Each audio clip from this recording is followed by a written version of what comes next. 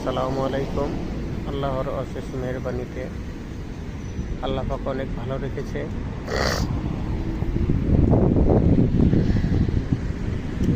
আমি এখন অবস্থান করতেছি দুবাইয়ের ডেরা দুবাইয়ে। আসলে একটা সৌন্দর্য আপনাদের সাথে শেয়ার করার জন্য ভিডিওটা করা। সেটা হলো, দেখেন, মরুভূমির বুকে খেজুর গাছে আল্লাহর রহমতে কত সুন্দর সুন্দর খেজুর ধরে আছে, ঝোপায় ঝোপায় একদম টাটকা কাঁচা খেজুর ধরে আছে, যেটা আসলে অনেক মনোমুগ্ধকর, অনেক ভালো লাগছে আমার।